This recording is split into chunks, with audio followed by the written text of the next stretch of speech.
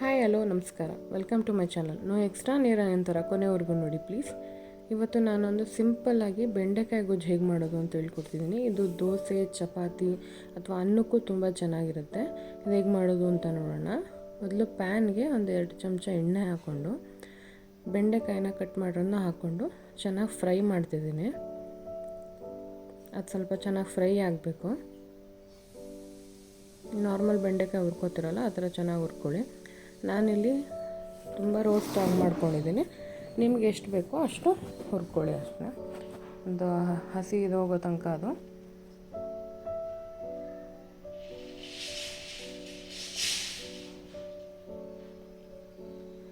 ಬೆಂಡೆಕಾಯಿ ಒಂದು 50% ಅದು ರೋಸ್ಟ್ ಆದಮೇಲೆ ನಾನು ಇದಕ್ಕೇ ಸಣ್ಣಗೆ ಹೆಚ್ಚಿಗೆನೋ ಈರುಳ್ಳಿನ ಸೇರಿಸ್ಕೊತಾ ಇದ್ದೀನಿ. ನೀವು ಇದನ್ನು ಆಮೇಲೆ ಒಗ್ಗರಣೆಗೂ ಹಾಕ್ಕೋಬೋದು. ನಾನು ಇಲ್ಲೇ ಸೇರಿಸ್ಕೊತಾ ಇದ್ದೀನಿ.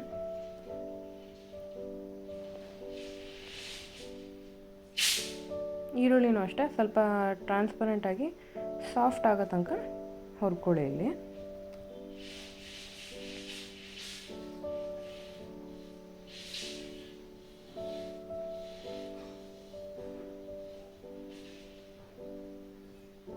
ನಾನು ಇಷ್ಟು ಹುರ್ಕೊಂಡಿದ್ದೀನಿ. ನೀವು ಇನ್ನೂ ಸ್ವಲ್ಪ ಬೇಗನೆ ತೆಗಿಬೋದು. ಇದು ಹುರಿದು ಒಂದು ಸೈಡ್ಗೆ ಇಟ್ಕೊಳ್ಳೋಣ. ಈಗ ಇನ್ನೊಂದು ಪ್ಯಾನಿಗೆ ಒಂದು 4 ಚಮಚ ಎಣ್ಣೆ ಹಾಕೋತಾ ಇದ್ದೀನಿ. 3-4 ಚಮಚ.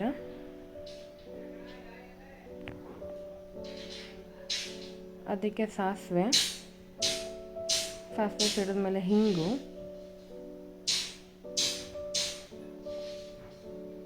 ಹಾಗೆ ಕರ್ಬೇವಿನ ಸೊಪ್ಪು. ಇದೆಲ್ಲ ಸ್ವಲ್ಪ ಫ್ರೈ ಆದಮೇಲೆ ಇದಕ್ಕೇ 2 ಗ್ಲಾಸ್ ಅಷ್ಟು ನೀರನ್ನ ಸೇರಿಸ್ಕೊತಾ ಇದ್ದೀನಿ. ನಿಮಗೆ ಗ್ರೇವಿ ಹೇಗೆ ಕನ್ಸಿಸ್ಟೆನ್ಸಿ ಗೊಜ್ಜು ಅದು ಕನ್ಸಿಸ್ಟೆನ್ಸಿ ಹೇಗೆ ಬೇಕು, ತುಂಬ ತೆಳ್ಳಗೆ ಬೇಕೋ ಗಟ್ಟಿಗೆ ಬೇಕೋ ಅದ್ರ ಮೇಲೆ ನೀರನ್ನ ಆ್ಯಡ್ ಮಾಡ್ಕೊಳ್ಳಿ. ಇದಕ್ಕೆ ಒಂದು 2 ಟೇಬಲ್ ಸ್ಪೂನಷ್ಟು ಸಾಂಬಾರು ಪೌಡರ್ ಹಾಕೋತಾ ಇದ್ದೀನಿ. ಮನೇಲಿ ಮಾಮೂಲಿ ಸಾಂಬಾರು ಪೌಡರ್ನ.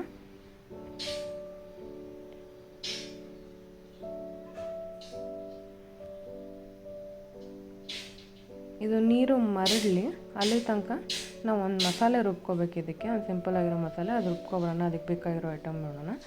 ನಾನು ಒಂದು ಕಾಯಿ ತೊಗೊಂಡಿದ್ದೀನಿ, ಒಂದು ಅರ್ಧ ಹೋಳು, ಒಂದು ಸ್ವಲ್ಪ ಬೆಳ್ಳುಳ್ಳಿ, ಒಂದು ಸ್ವಲ್ಪ ಶುಂಠಿ, ಒಂದು 2 ಈರುಳ್ಳಿ. ಅದಕ್ಕೆ ಹುಳಿ ಎಷ್ಟು ಬೇಕು ಅಂತ ಒಂದು 4-5 ಟೊಮೊಟೊ ಹೆಚ್ಚಿಟ್ಕೊಂಡಿದ್ದೀನಿ. ಇದಿಷ್ಟನ್ನು ನುಣ್ಣಗೆ ರುಬ್ಕೋಬೇಕು. ಅಷ್ಟರಲ್ಲಿ ಇದು ನಮಗೆ ಇದು ಸಾಂಬಾರು ಪೌಡರ್ ಹಾಕ್ತಿರೋದು ಮರಳ್ತಿದೆ ನೀರು. ಅದಕ್ಕೆ ನಾವು ಆಗಲೇ ಹುರಿದಿಟ್ಕೊಂಡಿದ್ದೀವಲ್ಲ ಆ ಬೆಂಡೆಕಾಯಿನ ಸೇರಿಸ್ಕೊಳ್ಳೋಣ. ಅದು ಖಾರ ಬೆಂಡೆಕಾಯಿಗೂ ಹಿಡೀಲಿ ಅಂತ ಹುರಿದಿಟ್ಕೊಳ್ಳೋ ಬೆಂಡೆಕಾಯಿನ ಹಾಕಿ ಬೆಂಡೆಕಾಯಿ ಈರುಳ್ಳಿ ಅದನ್ನು ಸೇರಿಸ್ಕೊಳ್ಳಿ. ಚೆನ್ನಾಗಿ ಮಿಕ್ಸ್ ಮಾಡಿ.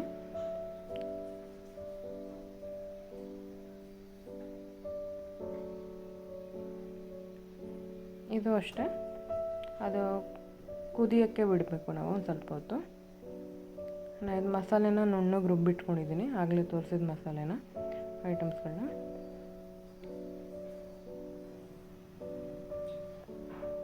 ಈಗ ನಾವು ಬೆಂಡೆಕಾಯಿ ಹಾಕಿರೋದು ಅದು ಅಷ್ಟೇ ಚೆನ್ನಾಗಿ ಮರಳ್ತಾ ಇದೆ.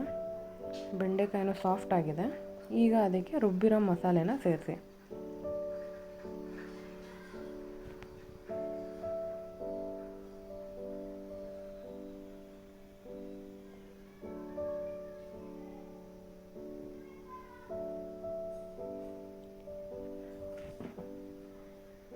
ರುಬ್ಬಿರೋ ಮಸಾಲೆ ಹಾಕಿ ಚೆನ್ನಾಗಿ ಮಿಕ್ಸ್ ಮಾಡಿಕೊಂಡು ಅದಕ್ಕೆ ನೀರು ನಿಮಗೆ ಕನ್ಸಿಸ್ಟೆನ್ಸಿ ಹೇಗೆ ಬೇಕು ಅದಕ್ಕೆ ನಾನು ಒಂದು ಸ್ವಲ್ಪ ಜಾರಿಗೆ ನೀರು ಹಾಕಿ ಹಾಕ್ತಾಯಿದ್ದೀನಿ.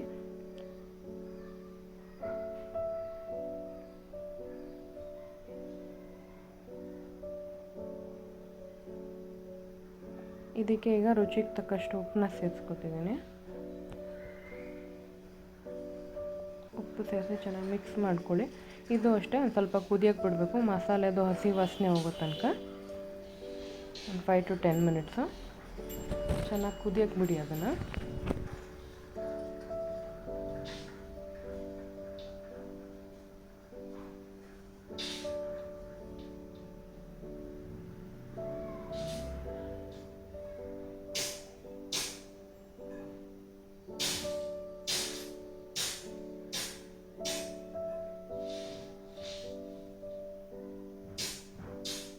ಆದಾಗ ಮಿಕ್ಸ್ ಮಾಡ್ಕೊತೀರಿ, ಅದು ತಳ ಹತ್ತಬಾರ್ದು ಅಂತ.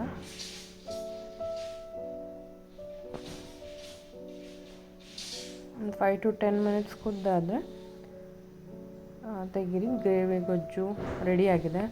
ಇದು ದೋಸೆ, ಚಪಾತಿ ಅಥವಾ ಅನ್ನಕ್ಕೂ ತುಂಬ ಚೆನ್ನಾಗಿರುತ್ತೆ, ಬಿಸಿ ಅನ್ನಕ್ಕೆ. ಒಂದು ಸಲ ಟ್ರೈ ಮಾಡಿ ಹೇಗೆ ಬಂತು ಅಂತ ಕಮೆಂಟ್ ಮಾಡಿ ತಿಳಿಸಿ. ವಿಡಿಯೋ ಇಷ್ಟ ಆದರೆ ಲೈಕ್ ಮಾಡಿ, ಶೇರ್ ಮಾಡಿ, ಕಮೆಂಟ್ ಮಾಡ್ಕೊಳ್ಳಿ ಮತ್ತು ಸಬ್ಸ್ಕ್ರೈಬ್ ಮಾಡ್ಕೊಳ್ಳಿ. ಮತ್ತು ನೆಕ್ಸ್ಟ್ ವಿಡಿಯೋದಲ್ಲಿ ಸಿಗ್ತೀನಿ. ಧನ್ಯವಾದಗಳು. ಬಾಯ್.